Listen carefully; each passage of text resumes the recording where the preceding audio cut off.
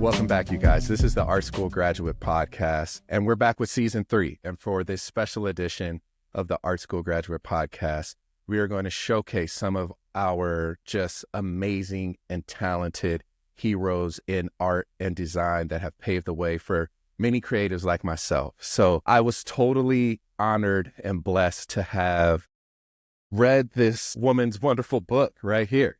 This is the book I read, and this is how the conversation started for me. And so I just want you guys to all give it up for Dr. Cheryl D. Miller. Miss Miller, thank you for having us, being on the show today. Oh, yeah, sure. Yes. I know you're supposed to be asking me questions, but did you like the book? I did like the book. A lot of it, and I even took notes. Look, here's one side, and where's the other side? I have the other side where I was just listening to it and reading it, because I switched between Audible and reading because myself, I'm a teacher and an adjunct professor in design. So my schedule's full during the week. So when I'm in the car, I listen to it.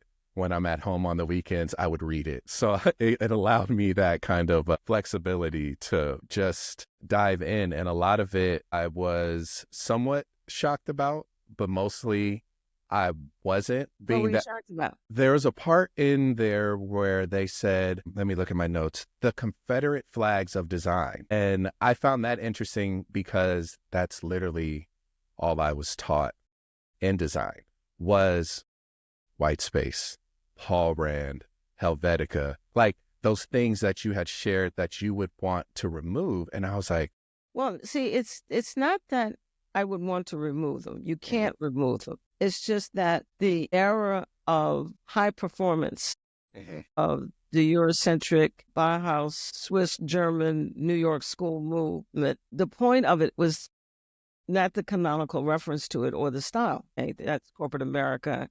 You can't be a designer without being able to manage the system and the typographic system. No. It is the season of my oppressor. And when I see it, it reminds me of closed doors and no access. And that's the Confederate flag that I want to bring down. It's not the canonical reference to who we are as designers, but the fact that it triggers me. Okay, it triggers me because I'm an elder stateswoman. I'm one of the eldest of us left.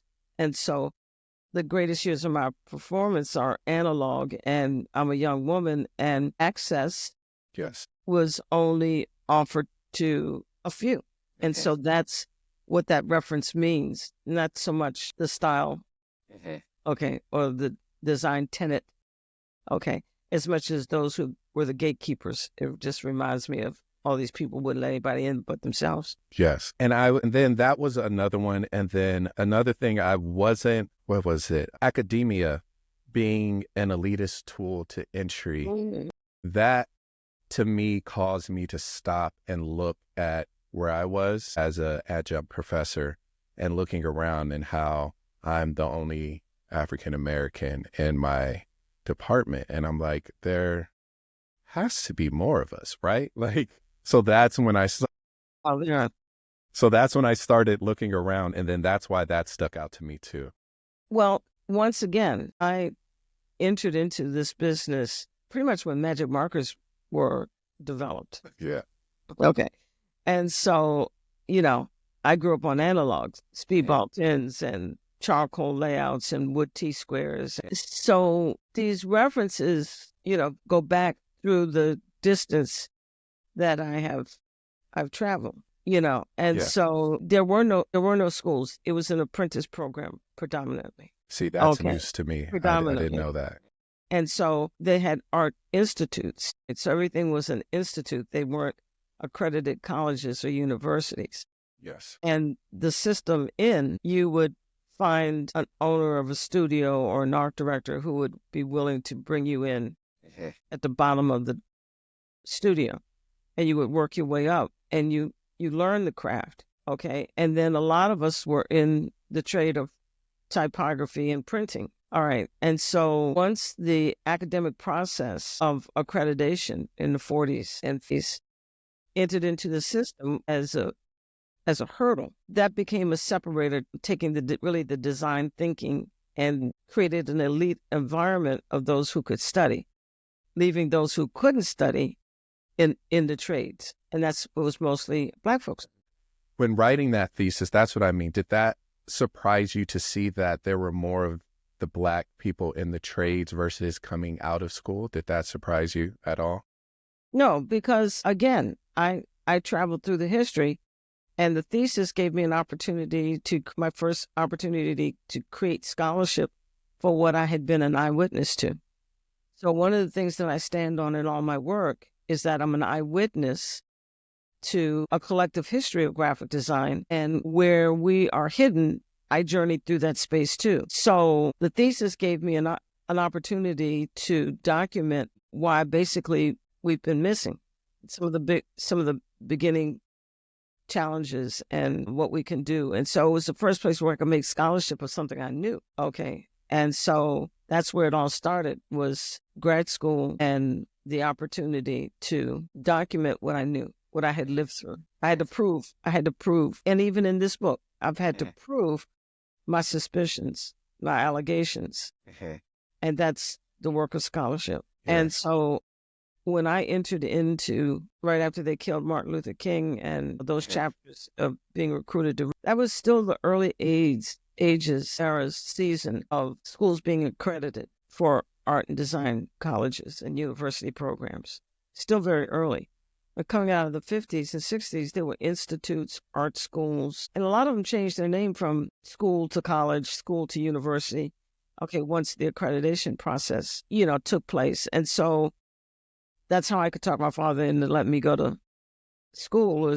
Rhode Island was an art college, And but up until then, you would find an art director who would bring you in, and then you worked your way up. You learn. You come in as a paste up artist, then a layout artist, and then art director, and that you were learning it because there's some of our elder statesmen that are my peers. And they never went to school. Yeah. They didn't go to school. You'd be surprised. Yes. I won't call them out, but they didn't go to school. Okay. And admittedly so. Okay. But that was a process, through the 60s. And that wasn't something that was affordable to Black folks because, you'd have to have relationship. It's mentoring at an intimate level. We're coming out of Jim Crow, the 40s and 50s. Now, if you could get a job in a print shop, maybe, but to get trained required someone to take an interest in you. Okay, so these are the early years of the business that you all don't know how all of us were trained. Hey, folks, too. We all were trained the same way. Wow. Yeah, that is interesting to me because even in my own research, I don't know if you ran into it, but I became frustrated because I couldn't find much information. I found out, W.E.D. Du Bois, who was a designer in his own way using infographics and different things like that.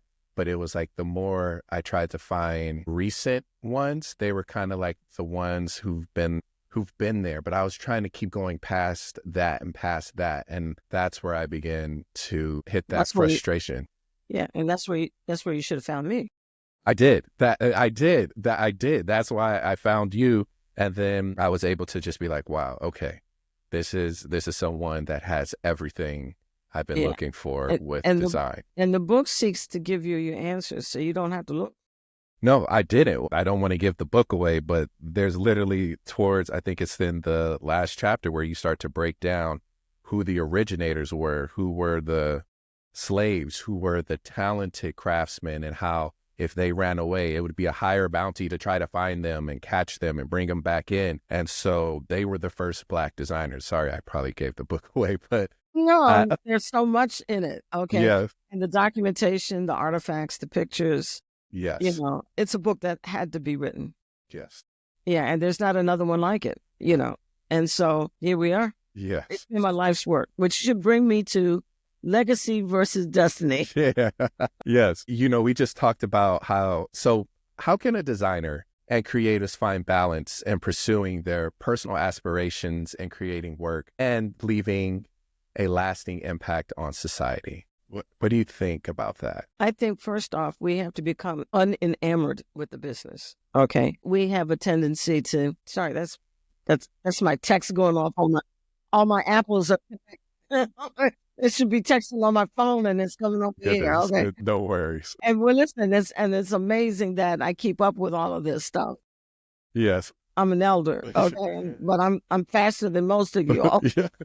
No, but it keeps your mind sharp. So that's a good thing. Yes. So balance is putting design in its perspective. And I think because now we have so much education and so much awareness that we aspire to this level of greatness that seems to be the grass is greener over there. Okay. But this is just plain old business. All right. And the way that we study the culture of the business makes it appear so glamorous, and we get on like a hamster wheel trying to attain it, that other areas of our lives are left wanting.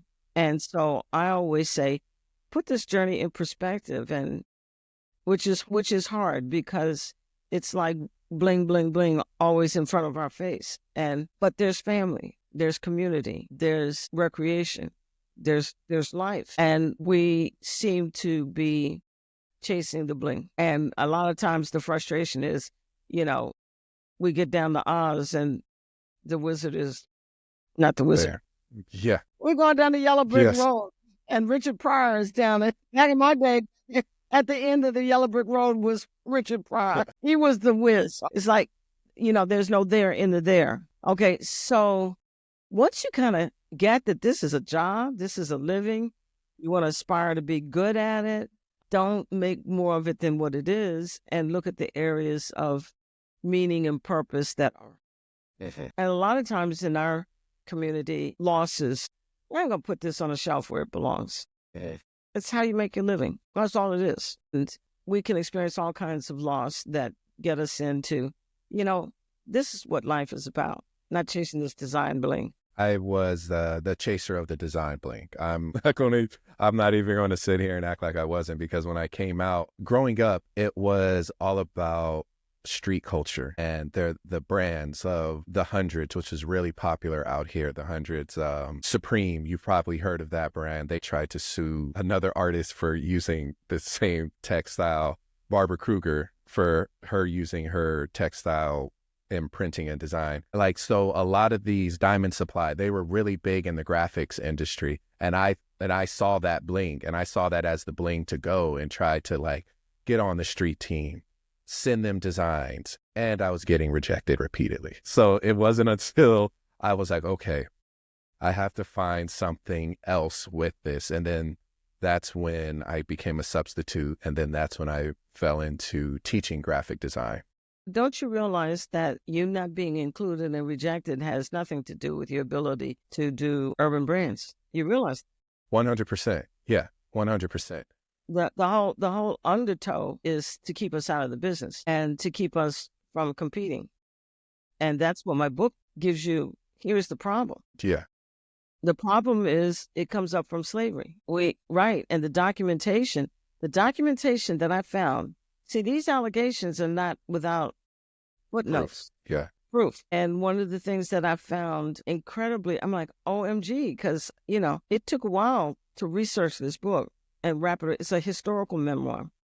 And I answered my own questions. I said, I'm going to answer this once and for all. I'm done with this. But I saw trade union minutes after slavery. The trade had to wrestle, the printing trade, the typographic unions had to wrestle what to do with the slave released. When I started reading union notes and case studies, 1900, 18th century New York Times, when I started reading, can't we put the Negro artisan back in slavery? Conclusions, and see, the research is what became my drive. It's like, oh my God, I'm finding things that like archival documents, and the endnotes for those chapters, you can, check and double check. I mean, the book is vetted because my assertions are like, oh my God. Yeah, but I found, and one of the big areas of confirmation was that the white man was threatened, and competition is competition of the slave artisan is what we've been fighting all the way up from slavery.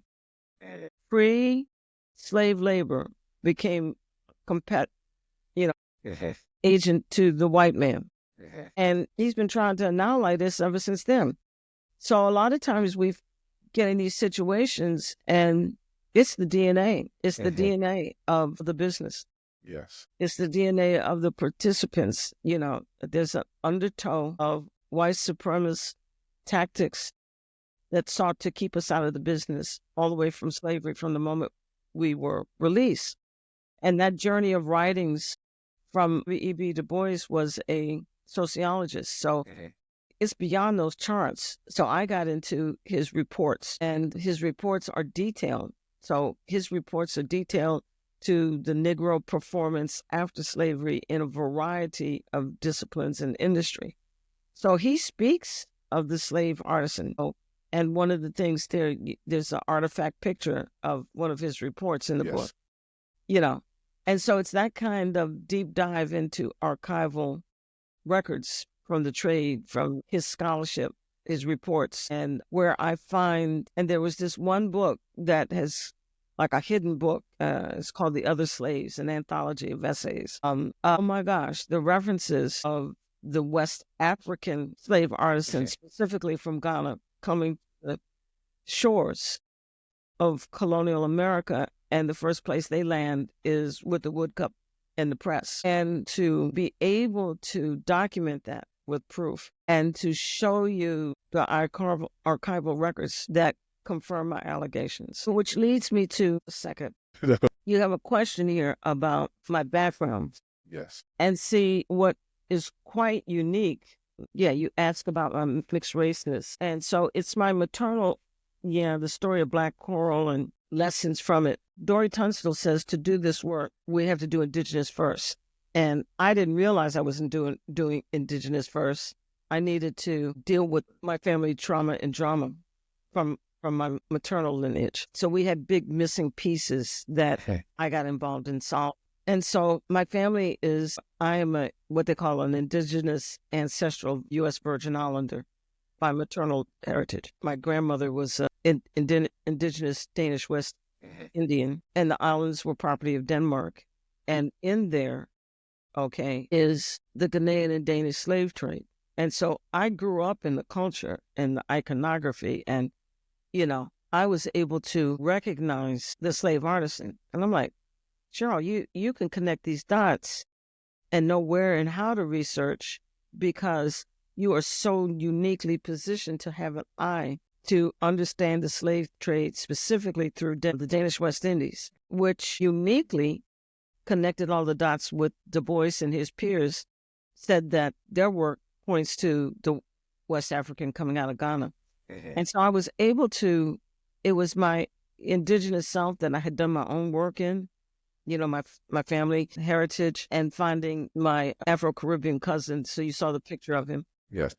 Who actually goes back to Africa and becomes what we call as installed. And I was able to have aha moments. Like I can read the records, the census records, not that I can read Danish, but I can read, I can read enough of the archival notes because everything is written in a script. I grew up with that cursive script and the ability to read the records. I'm like, oh my God, this particular slave is in your back door because you grew up with him, and which is part of my introduction. He was there all the time. Okay, so my knowing and processing my own heritage, and it's so incredibly unique. I have 4 grandparents, 4 different races, and they all collided in my parents on Howard's campus. So you see those beautiful pictures, and my mother's Filipino Creole. She's half Filipino. And the story of my grandfather coming to the islands and meeting me. All of that is what gave me the connectivity of the writings of Du Bois and Locke and several. This one book is incredible. I call it my Bible. You can't even get it. I keep it next to my desk like a Bible. I found it in The Other Slaves.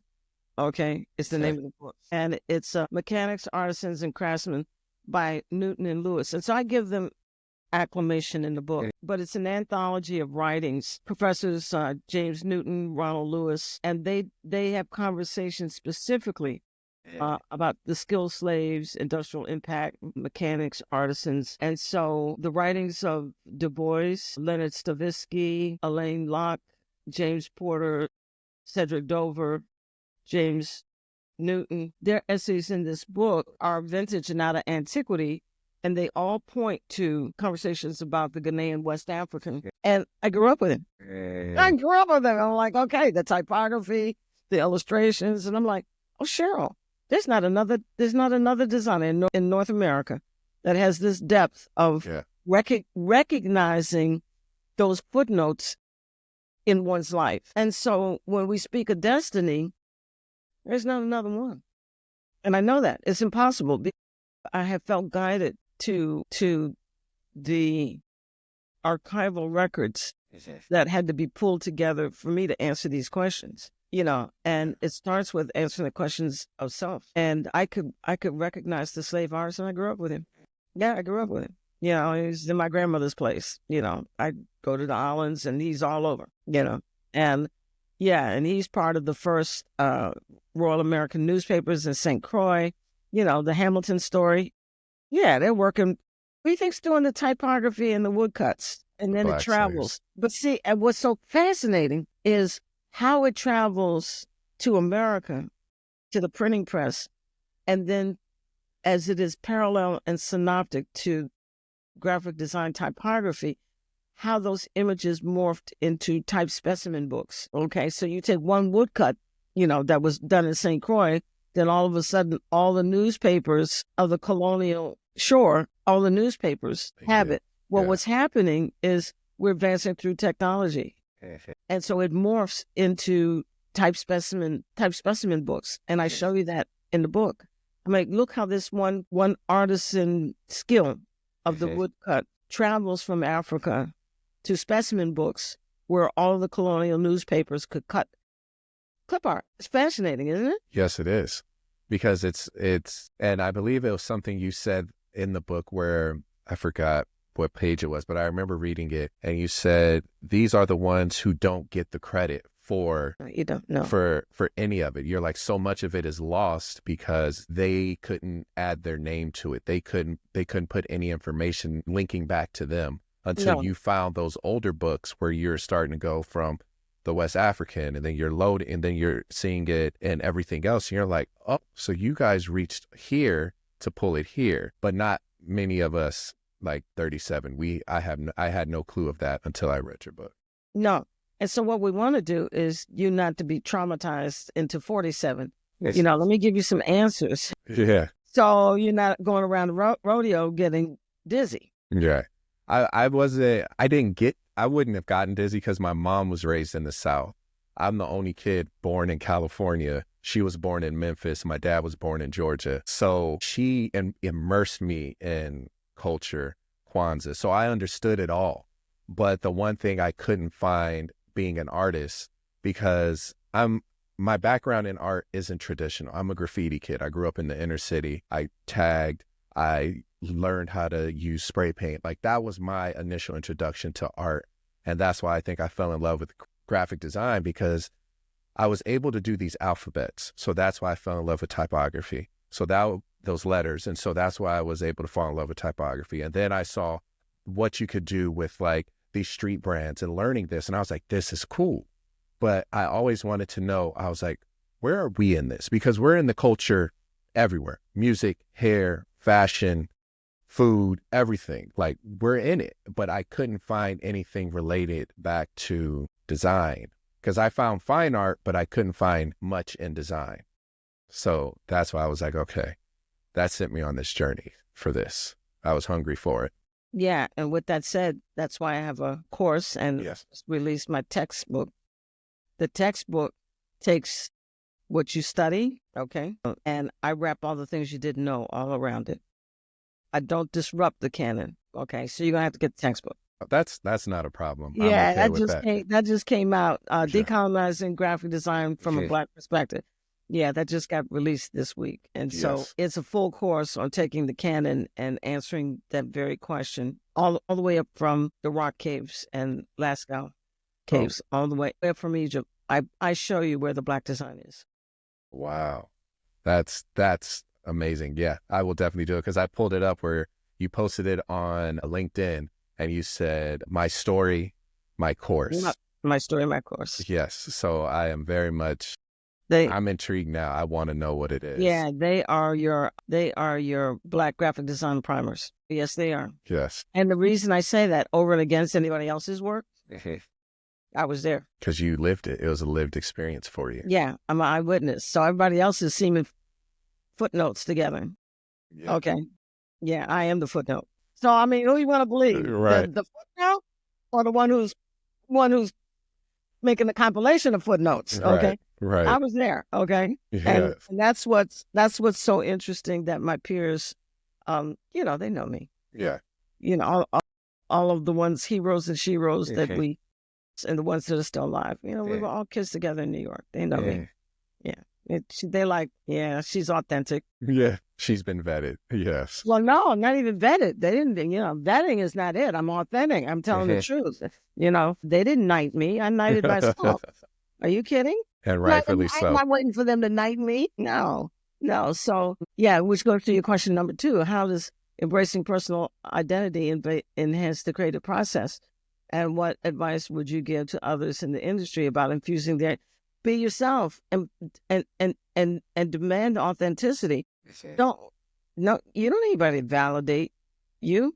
This industry can't validate you. No, you got to validate yourself and stand up in it. And that's the place where I'd like to see us have more grit. I think we run into that problem of not having it because I experienced it in my graduate program where I had to put my portfolio together and most of it was digital, but it was very urban.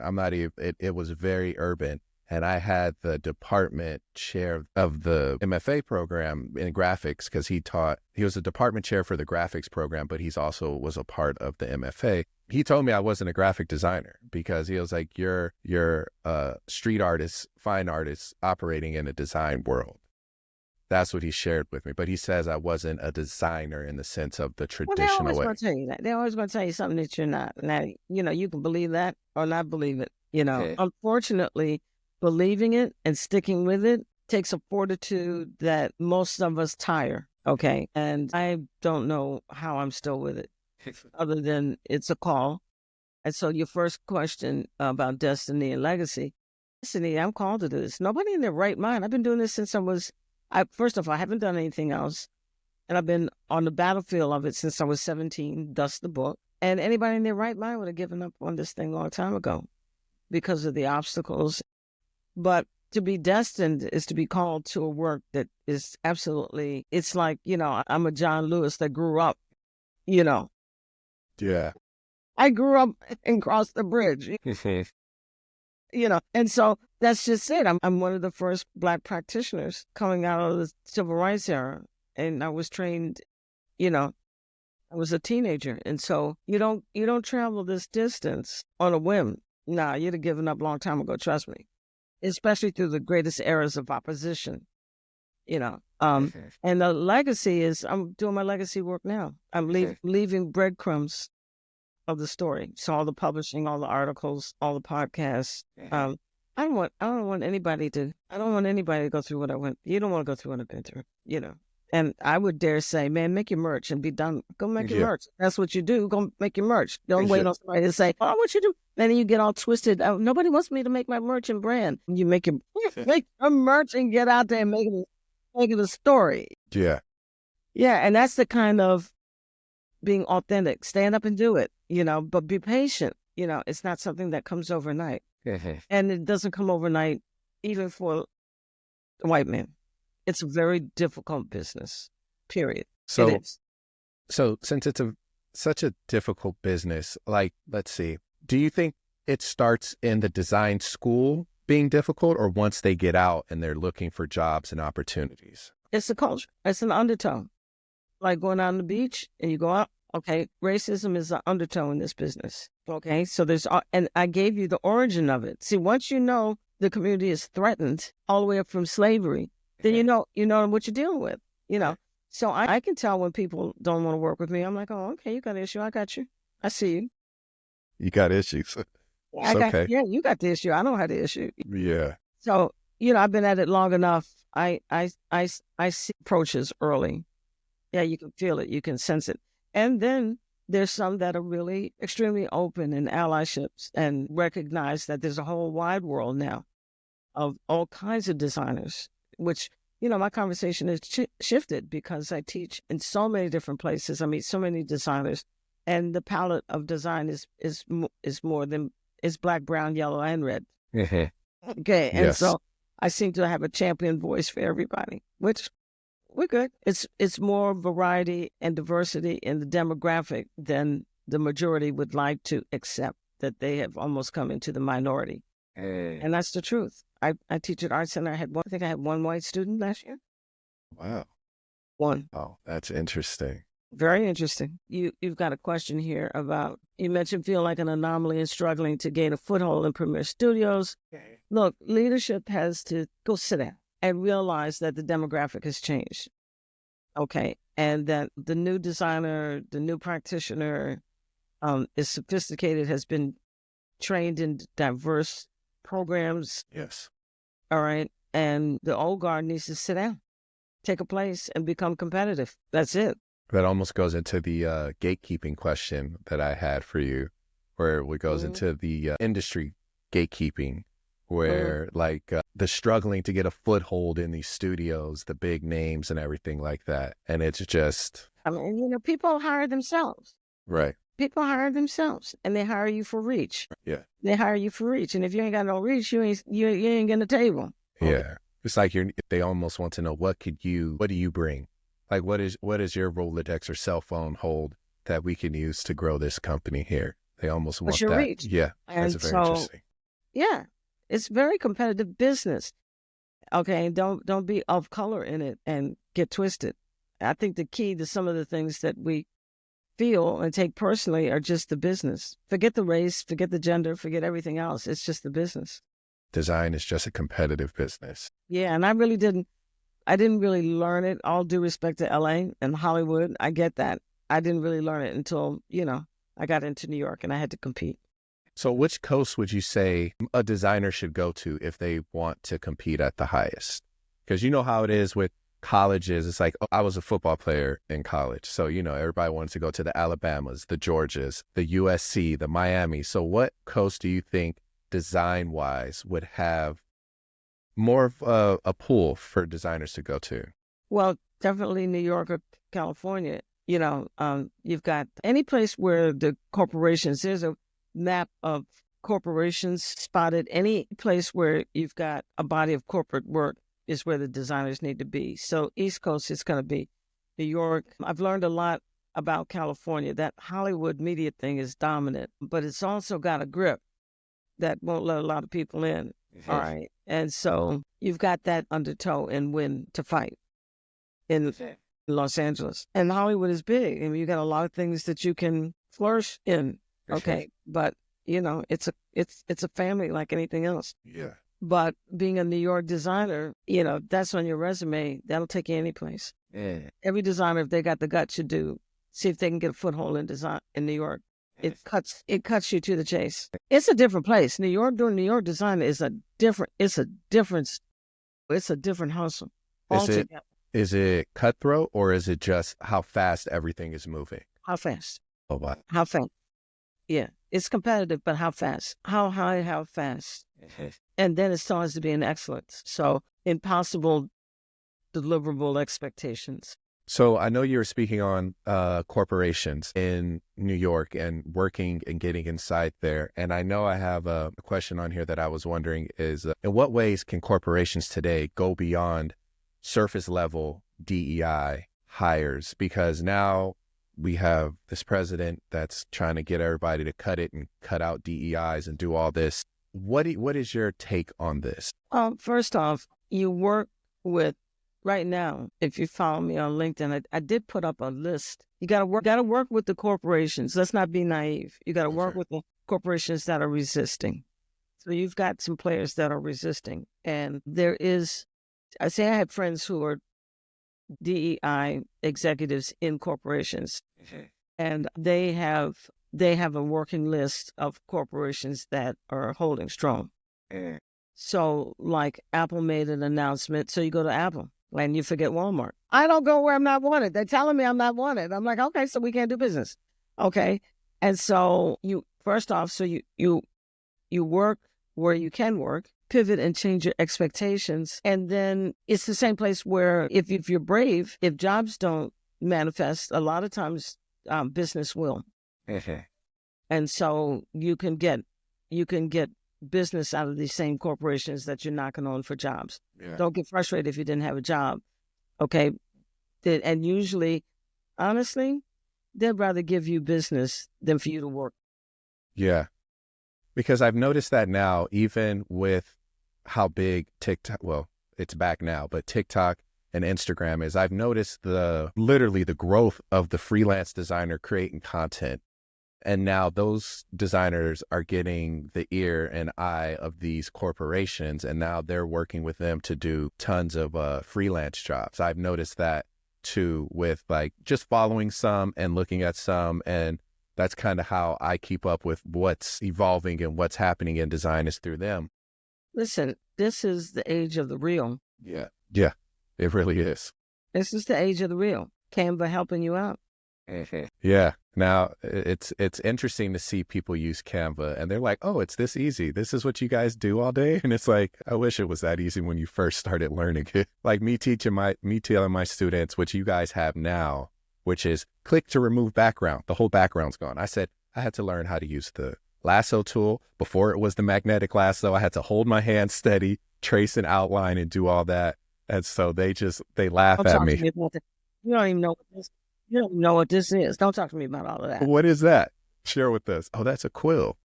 Yeah, this is this is your Adobe Illustrator right here. The old quill pens. Yeah. We had to draw lines and Adobe, man. Come on, read my book. I teach you all of this, No, I know, but it's just so funny how people that go on Canva think it's so easy to be a designer when it's like, actually, there's a lot we had to learn to figure it out. Yeah, and a lot of people that try to DIY with Canva and all, they get frustrated and they end up having to hire us. So I let them go on. But the motion graphic, the real is king, queen right now. Yeah. What's trumping everything? In other words, forget the racism, forget the gender, forget right? Yeah. If you can do that AI, they don't care. Yeah. It's a qualifier. Yeah. And see, I surprised y'all. I did my cover on my textbook is my AI. Yeah. You shared that on LinkedIn when you shared the video when you guys were talking about it. And I was like, that's crazy. But that's Cheryl Miller. Cheryl Miller ain't fooling around. Okay. I was talking to a good friend of mine and he just finished his MBA. We were just talking and I shared with him. I was like, dude, AI prompting is going to be a degree.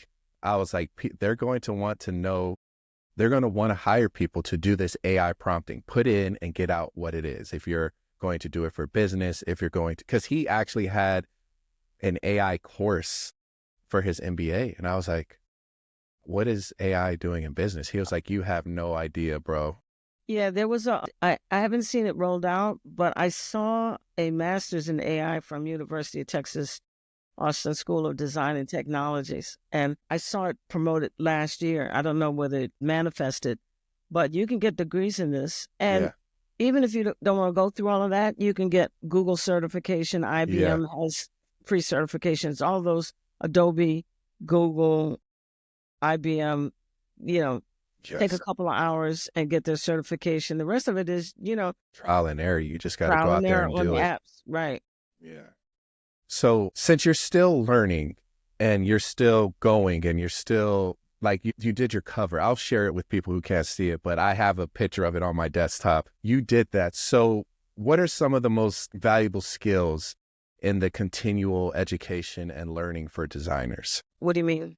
Well, because you know how some designers get to a certain part in creating where they stop learning and they just become stagnant in design. So I was wondering, what is your take on it for you to keep, like it drove you to create this cover for your course. So that's what I'm wondering. I'm chuckling with it because I've been at this so long. Okay. And one of you guys got me on Instagram and like, Dr. Miller's using AI. And I'm like, Yeah, I'm using AI because I can't tell you how much technology I have journeyed through. And that if you don't stay with it, and that's usually what frustrates us, especially as you get older, your brain width, it's over your pay grade to understand. And so you just get frustrated. It's like, oh, Yeah. I can't, I don't have the patience. As you get older, you don't have the patience to learn certain programs and certain apps. And your mind is pretty much kind of stuck in where you were with your training. But see, I tell everybody, while the government and intellectual property and copyright and all that, while they're figuring that out, we need to learn the technology, because design doesn't change, technology does. And so I think the inability to manage and appropriate the technology is what sometimes emotionally we're tired. As you get older, you get tired. You do. All right. And it's like, I ain't gonna learn another one of these. And then your creative process of what you would want to serve and develop is hindered by the fact that, your computer doesn't work anymore. Yeah. It's obsolete. Right. And so that's the truth of it. That, like, right now, I try to find an area for my patients. Okay, for my patients. Okay. Because some of this stuff is, I'm blessed that I know I'm Cheryl Miller. I'm 72. Okay, Yes. And I still got facts and figures and footnotes and citations running through my head, Yeah. And so keeping fit mentally is what keeps you with a verve to design. Because if you can't execute what you create, you say, well, what? So how do you find that balance of staying mentally fit, staying on top of everything in design, staying creative, having a family? Like, how did you handle that, or how would you advise someone on handling all these multiple things as a The career? only reason I know is I learned the hard way. Wisdom comes by experience. So I'm just telling you, look, so I had to go through some hard knocks of, Cheryl, you need to put design in this place because you got other things you got to do. And so that comes from living it, being able to say, man, this, it is what it is. It's a book on the shelf, but there are other books on the shelf that you got to read too. Now, did you feel like design accepted you when you came back to it? It called me back because I wasn't finished. Okay. That's what I said. This is destiny and legacy. Oh no, I stopped, and I had, this is women in design story. I ran the rubber out of biological clock, and I had all of that in a bag of chips, and I didn't have family. So that's what I'm saying. How I gleaned. You got to have some balance. And so you don't become Cheryl Miller because, you're sitting in a rocking chair. I was working my butt off in New York, writing in AIGA and speaking. And I've been doing this since I was a kid. And, I looked up. Okay. Plus I went to grad school twice. Okay. I looked up and I'm like, Miller, you ain't got a family. And you married to a guy you met when you were 16. So my kids help me right now because I have young adults, because I waited very, very late. And, they give me little simple tips like, Ma, you want to be a good professor, answer your emails. I'm like, what? Ma, answer your emails. Did you check your emails? I'm like, Yeah. What? So they, Ma, did you grade your papers? Ma, grade your papers. And so both of them, I had them close at the end, which makes me an older mom. Thank God I didn't have to live on coupons to raise them. I was an older mom, and I look young, so I kind of got away with it. I look young now. I don't look 72. I know Not at all. Not at all. Not at all. Maybe 62, stretching at 55, but I don't look 72. Yeah, not at all. I'm a baby boomer, and I just lost my brother. And so, I'm like, and I'm in great shape. So we ain't checking out. No retirement and experiment. So I'm using the gift of life. And the biggest thing I have is my intellect and my memory. I remember all of it. And now I have a saying. Yeah. Oh, you don't want me writing you. You don't want me writing about you now, about how you eat, right? Yeah. Forgive me for writing about you now. You should have treated me better then. I remember. Well, I remember how you treated me back there, so I'm going to write about you now. And it's like, oh, really? I'm like, yeah, you should have thought about that back then. Since you said that, there was a part, I think his name was, let me look at my notes. I felt so bad. Charles Lilly how you hired him. And I was just like, I told my wife about it. I said, do you know the work? Yeah.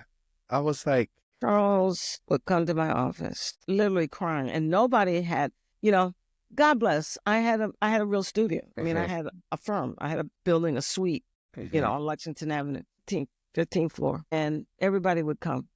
It's kind of like I had the living room, so I got the party. yeah, And in New York, there were more freelancers than business because rent. It was hard enough to just be able to afford rent. And so your living space was your studio. No, but I had a lease, 353 Lexington, 15th floor. I had a firm. And I had all the equipment and I had everything to be competitive. And so everybody would come. I'd let everybody come because I would give them work or portfolio reviews, constant portfolio reviews. And Charles would come, said, Cheryl, he would literally cry, They stole my illustration of Malcolm X. I'm like, what are you talking about? He said, they won't pay me. It dropped in the public domain. Now, the book does give him credit, but I don't know if he ever got paid for it, paid for it. Right. And so I called him when I got the commission from NASA. I said, Charles, forget trying to get money out of Valentine for this. I said, come on, I got another piece of business for you. Come do Mae Jamison's portrait for me.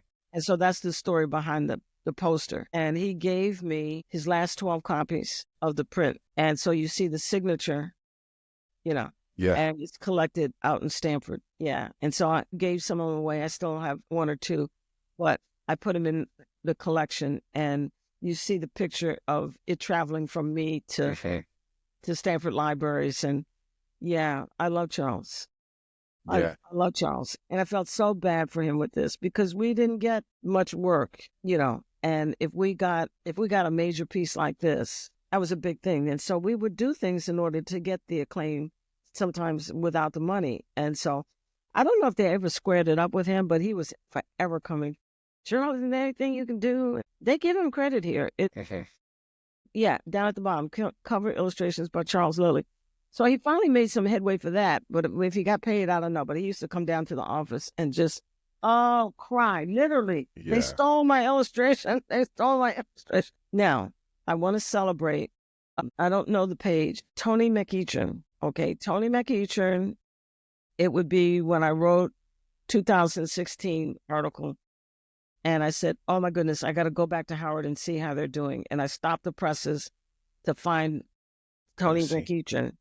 And he says to me, Miss Miller, I'm going to give you your interview, but I want you to know it's the story of finding the handout. Yes, hold on.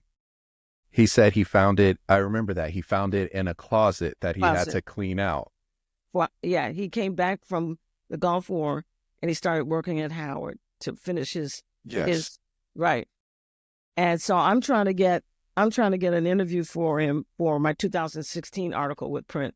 And he keeps talking to me, and I'm talking over him. And he says, Miss Miller, stop. I got something to tell you. I said, man, I'm saying to myself, oh my God, I got to get this man's interview. They stopped the presses for the article because I needed to get your interview. And so he says, Miss Miller, I need you to stop. Wait a minute. Let me tell you. Okay. Let me give you the epilogue, right? Okay. So he says, I know exactly who you are. I said, you do? He says, yeah, I came back. It's in the book. Yes. Yeah. Yeah. He says, I came back from the Gulf War and I wanted to get my undergraduate from Howard and I was an intern. And the first thing I had to do was clean out an art closet. And I found a handout. See, I used to do, before I came to New York, I used to do portfolio reviews and lecture.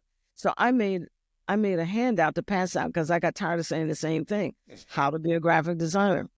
And he found this, okay? Yeah. And took it line for line. Dr. Tony McEachern just became provost of Maryland Institute College of Art. And I talked to him last week to congratulate him. And he says, Miss Miller, you have no idea how much you have done for me. You have no idea. So the epilogue is all the way from finding a handout. We had a Back to the Future moment because I had left Howard to move to New York. And so he found a dusty handout, how to be a graphic designer. and followed it all the way to last week. He announced he's brand new provost for Maryland Institute College of Art in Baltimore. And so he ended up getting his graduate degree, MBA, PhD, and now he's provost at one of the top-ranked art schools. Yeah. And it all started with finding a handout and meeting me through a handout I left at Howard before I moved to New York. Oh, wow. Did he still have it? Did he manage to keep it? I didn't ask him, but I have copies of it, and it's in my archives, and I know exactly what it was, and I'm like, you found it? It was left? By the time you finished the war and I'm in New York, that piece of paper, from it was in the closet collecting dust. He said, yeah, and it guided me all the way. And I just talked to him last week, and he said, Dr. Miller, you have no idea how much you have done for me. I'm like, wow. No, I have no idea. All I know is one little handout, and now you're provost of Micah? I'm like, excuse me. Oh, wow. Yeah, that's a success story. I've had one of the things I'm really proud of are the ones that have really, I don't like mentor-mentee, okay, but the ones that have really worked with me or I've worked with them, tutelage, they all are Story Trace Seals. I have award-winning younger colleagues that I had an opportunity to walk in their lives with them. I don't like that. Nobody gets the glory but God. So I don't go there like that. I had a time of impartation of walking with them and to see them grow. Yes. And that I am not crazy. I know what I'm doing. Anytime my kids grow up, meaning my younger ones grow up to be award winning, I got a tribe, and my tribe. My tribe wins awards too. It's like, did you study with Cheryl Miller? Yeah. Did you work with Cheryl Miller? It's kind of like, y'all, you got the same vibe, the same energy. You know how y'all talk, same energy. Right. Very much so. I know Miss Miller. Okay. Yeah, we got this big nation, we had a big nation and different tribes. So yeah, I'm a tribal leader in the nation, and I got my own little tribe. We know who we are. And one of the things that we look alike, where we look alike, we're extremely successful. So the young Black designers, most of them have, we've touched each other's lives. The young one that I'm really proud of is Trace Seals, and his story, how he found me, and he's all that in bag of chips with typography, Wow. And that's Trace Seals? Trace Seals. Trace Seals, okay. Okay. See, and look, don't be talking to me about where the Black designers. We got some really fabulous designers out here. You got to follow me on Instagram so you keep up with everybody, Yes, ma'am. I was in New York when I first started in New York, and I was going around to the studios looking for a job. I don't know which one he was, but he was two things he said to me. I never forget it. And I don't remember his name, but he said to me, name 3 designers. And I couldn't. He says, you can't be in this industry and you don't know who the famous designers are. I said, okay, well, I'll go back and do some homework. And then he said something interesting to me that I never understood until now. He says, just because you're a good designer doesn't mean you're going to make it. And I looked at him. That was the end of the interview. And I looked at him and I said, what do you mean? And he repeated again. He says, just because you're a good designer doesn't mean you're going to make it. And what he was telling me, that I was going to run into these obstacles, of being, mystery raced in New York and a woman. So I could be good, but does that mean I'm going to get a break? And that's what he meant. Yeah. Wow. And I end the book always the same way. Every article, everything I write, it ends the same way because it's the truth. Oh, and the greatest feature of the book is the appendix. Before we get off, I'll talk about the appendix. Yes, we can. So you mentioned something about critique. How did you run your portfolio critiques? How did you run those? You mean the ones in the studio? Yes. How did you run those? Or in my class? Well, now I get invited. Wow. Oh, I'm on the road all the time now for senior crits. And now that we're out of pandemic, I'll do like a week residency or a 2-day residency. So let's do the classroom then. How do you run those? What is it that you look for or that you are trying to inspire the students with? To be clear,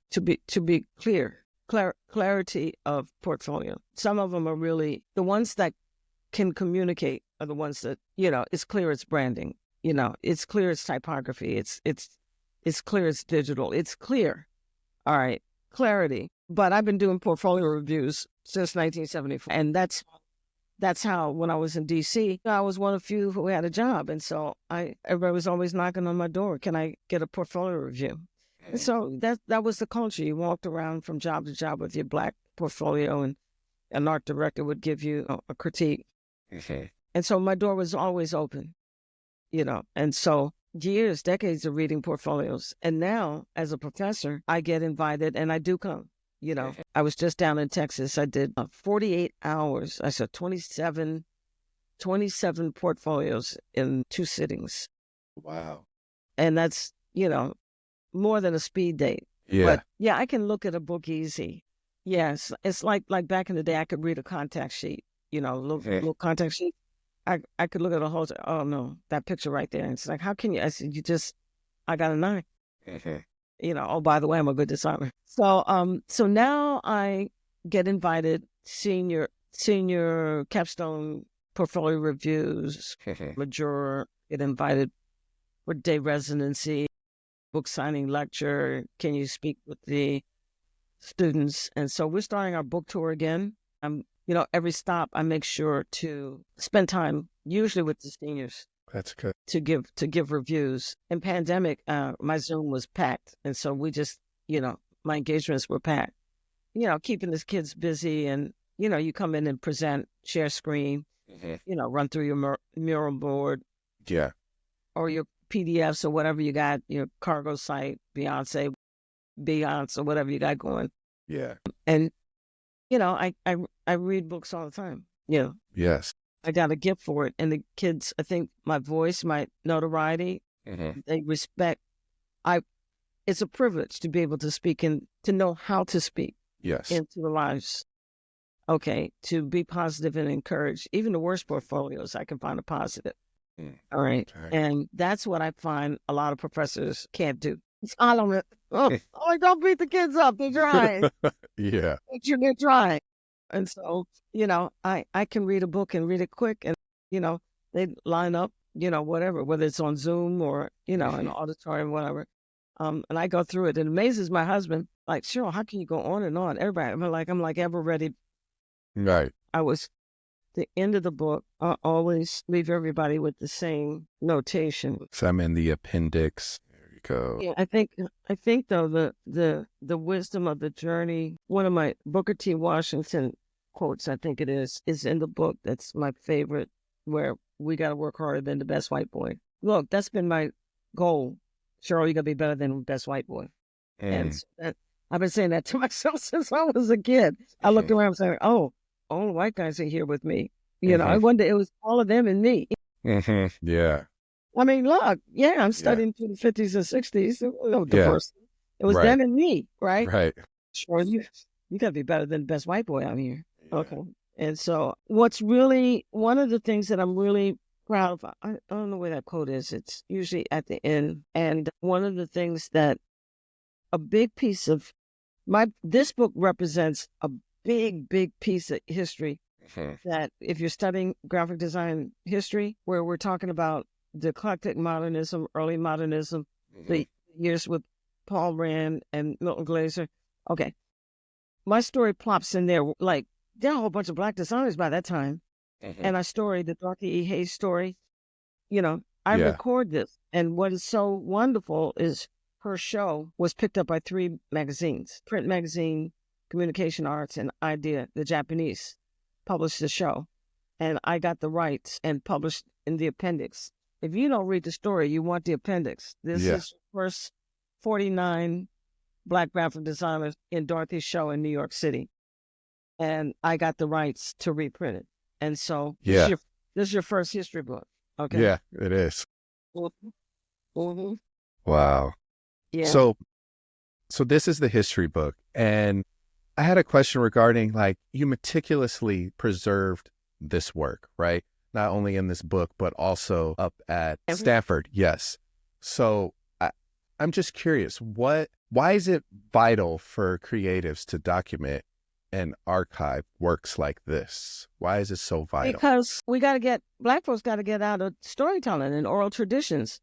And the reason that we're in this situation is we don't have any documentation. What are we going to write it with? So I've got 2 manuscripts. I got maybe 2-3 books left of me that need to be recorded.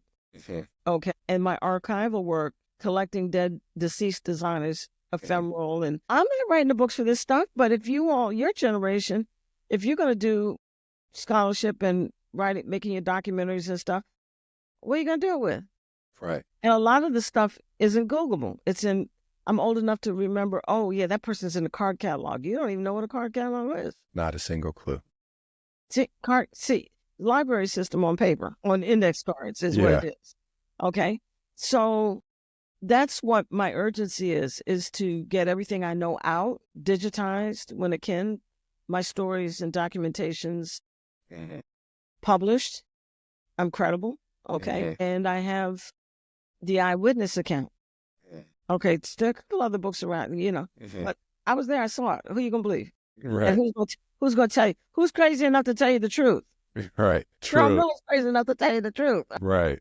I believe Cheryl Miller. Professor Miller, I believe you. I said, well, you better believe me. I was there, when I write, and I get published, and now, I get invitations, like, Dr. Miller, what are you cooking? We know you got a manuscript. So I use that now to leave the legacy. And so your first part of your question, leaving a legacy means you're leaving something behind. You were here. Yes. Yeah, you were here. And so the memoir answers. You want to know what the rodeo is? Got you. Yep.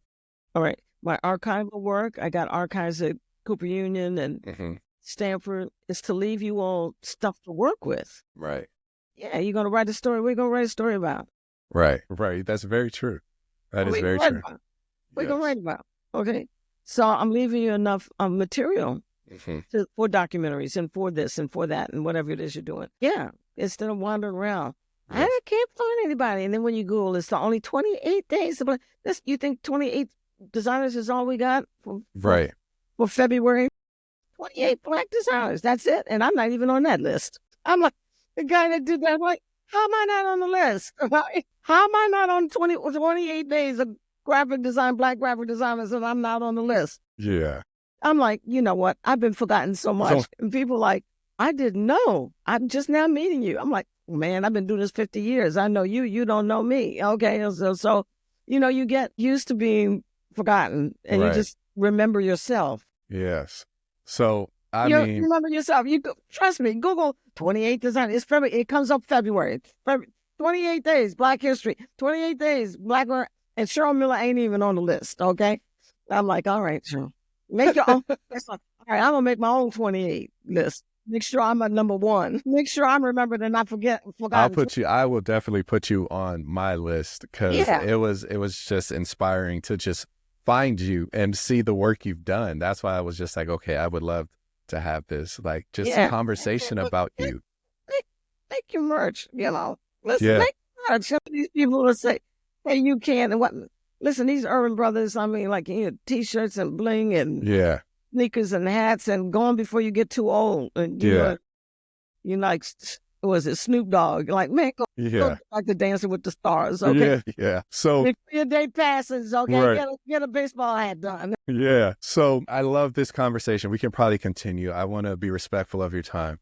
So there's just 2 more things I'm wondering. Who is one Black artist that you admire as either a designer or even a fine artist? Because you've had so much and you've seen so many artists in your time. Is there one Black artist you would like to spotlight or give attention to? I love Trey. You got to, and see, for you to not know who Trey is, Google him. You right there. Yeah, Google him while we're doing this. Okay. T-R-E. Okay. T-R-E-S-E-A-L-S. Yeah. He's 100% flames. Yeah. Okay. I'm like. Yes. Yeah. Yes. I owe my money on Trey. Wow. All of it. Hey, I respect all that. I respect that. The whole thing. Yes. So lastly, you've shared so much of your journey, your legacy, even the current projects you're working on with this book and the course that you've just put out and the other things. You're going to share a screen to show my crazy cover before we go, aren't you? Okay, yes. Let me pull it up to get it ready. That wasn't your question. No, but I'm just pulling it up. It was on my desktop, so I had to double click it. But for the listeners who are inspired by your story, what is one action you would encourage them to do to be themselves or be inclusive or just become more dynamic as a creative? You're going to have to do what I told Trey. Okay. Because he writes about it. Mm-hmm. And when he can, we travel together and I do a lecture on him. He had a novel idea. I want you to study him. He had a novel idea and he came to me. He says, Miss Miller, what do you think? I said, hurry up. That's what I said. Hurry. So I say to the audience, hurry. Every idea you get is genius. And he had a genius idea. I said, hurry. If you don't do it, somebody else will. If not you, who? If not when? If not now, when? Right. You just got to do it. Yep. Absolutely. 100%. Yeah. So let me share. Let me see if I can pull this up really my crazy quick. Cover of my class. Yes. Right? I'm going to pull it up. I wanted to talk to you about this crazy class, but the thing about it is, you don't have to be enrolled to buy the textbook because the textbook is the course. Okay. So yes. I use the textbook. I use the textbook for my course, for my students. Yes. But it's featured. So if you want to study, I'm telling folks, get the book and study it like a book club. Do each chapter, get your group at Starbucks. Don't wait for me. Like, we can't get Dr. Miller at our school. Well, no, get 6 or 7 of you buy the textbook and sit down and read each chapter. Okay. Right. You'll know. Each chapter is my lecture. It is the course. It's the textbook for the course.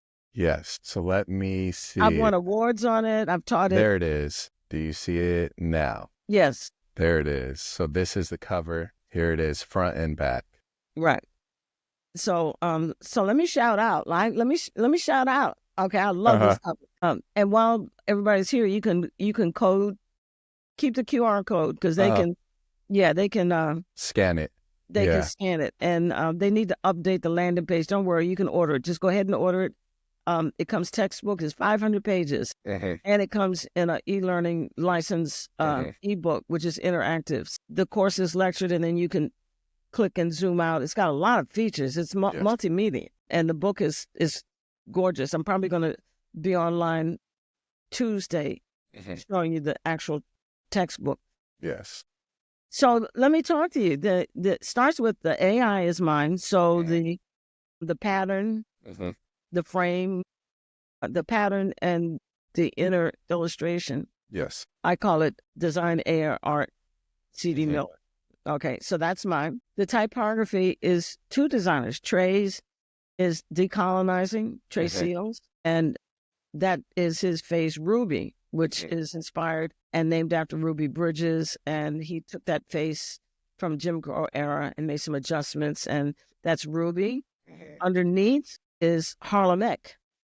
And that's Jamal Benjamin. He's graduating from Yale. And he was inspired by Aaron Douglas's typefaces of Harlem Renaissance, which is really a derivative work from Reinhold Rice. You have to read the chapters about Harlem Renaissance and German modernist Reinhold Rice. But anyway, that typography is inspired from Art Deco, Harlem Renaissance Art Deco. Okay, and the pattern is my AI. Putting it all together is my youngest young designer, Taylor. And so it took 4 of us. Wow. It took 4 of us to design it. Same with this. It took 4 of us. And the typeface is Martin, and I celebrate my relationship with Trey. This was his first face. The typographic concept of here coming out of the word where is Christopher Loper. He's an executive designer with Campbell Soup. Let me see if I can pull that up too. Here it is. Yeah. There it is. Right. And so he gave me the concept for pulling the hair out. Great story. 30,000 JPEGs. Where the graphic designers conference. His caught my attention. I introduced myself to him. I said, Christopher, I gotta have it. The concept. And right. And all to find he comes, for those of you who are into visual arts, he is grandson of Ed Loper and nephew of Ed Loper Jr., the Black impressionist out of University of Delaware.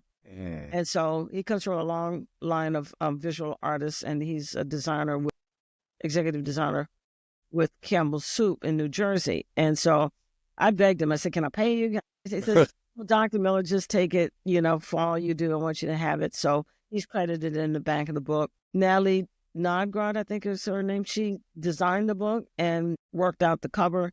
And my contribution to the cover is, I'm from New York. I like bling. So I said, okay, we're going to look, and I'm a book designer. Okay. So I said, we're going to silver stamp the word here. Yeah. My name is going to be silver stamped. The spine is going to be silver stamped. Title page 1. It's designed like this. So the silver opens up to the red. Yeah. Okay. Wow. Right. That's my contribution. But I didn't want to design. Yeah. Got it? There you go.